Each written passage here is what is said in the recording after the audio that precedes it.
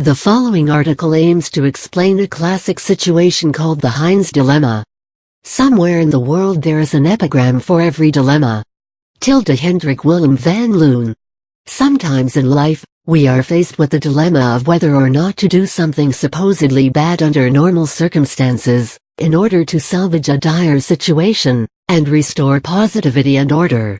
Most of these times, we choose to go for it, and commit the not-so-pleasant act, reasoning that the intention behind, and expected outcome of such an action is positive, and involves good faith.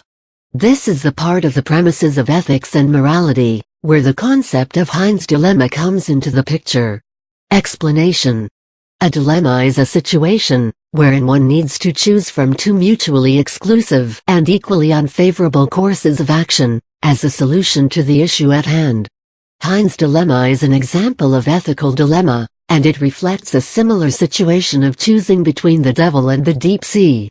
Heinz is the name of the titular character of this case study on moral dilemma. Heinz's wife was suffering from a type of cancer, and was fast approaching mortality. Around that time, a local druggist had discovered a kind of radium-based drug, which was touted by doctors as the only cure for this malady at that time. However, this druggist intended on commercializing his discovery, and making as much money as he could by selling the drug at a price of $2,000, which was 10 times the cost, $200, of manufacturing it. Heinz knew this, and went to everyone he knew to borrow money to pay for that drug, in order to save his wife's life. However, he could only manage to get $1,000, which was half of what the druggist had charged. All his entreaties for being allowed to have the drug in return for paying the rest of the amount later fell on deaf ears. Hence, Heinz followed the adage called desperate times call for desperate measures, broke into the druggist's shop and stole the drug. This is where the first and most significant of Heinz dilemma questions arise: should he or should he not have stolen the drug? To answer this, we must take a brief look of Kohlberg's stages of moral development. Kohlberg's Heinz Dilemma vis-a-vis stages of moral development. This concept of ethics is often confused with Hobson's choice, though both are not the same.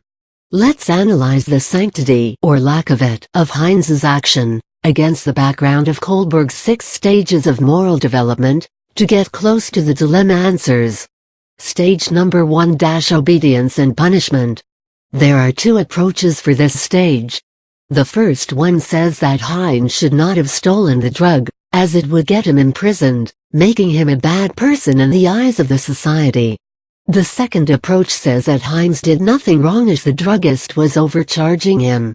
The druggist wanted $2,000 for a $200 worth medicine, and when Heinz offered to pay him $1,000, he was as it is ready to overpay. Besides, when Heinz broke in, he didn't steal any other object except the drug. Stage number 2 - Self-interest orientation. This is all about self-centered priorities. If Heinz feels that saving his wife's life would make him happy, even if he has to serve prison term for it, then he would not see anything wrong with stealing the drug. On the other hand, Heinz would not steal the medicine, as languishing in prison may seem a far more harrowing experience than mourning over his wife's dead body. Stage number 3 - Interpersonal accord and conformity. This stage deals with choosing between behaving in conformity with personal or social standards of ethics and morality. If he steals the drug and saves his wife, the latter would be grateful and consider him as a good husband. However, society views stealing as a crime, and he wouldn't want to come across as a criminal by stealing.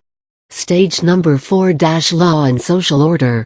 This is about acting with full knowledge of the legal consequences of one's actions.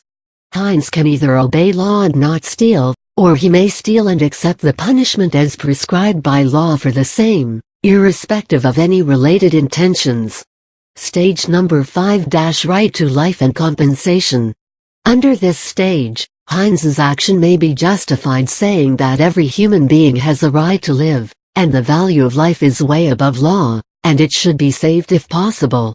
On the other hand, the right to remuneration for labor justifies the druggist's dismay, by stating that the discoverer has a right to fair compensation, and by stealing the medicine, Heinz has violated this right.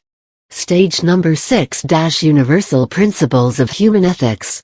This stage argues the validity of a human life above the rights to property.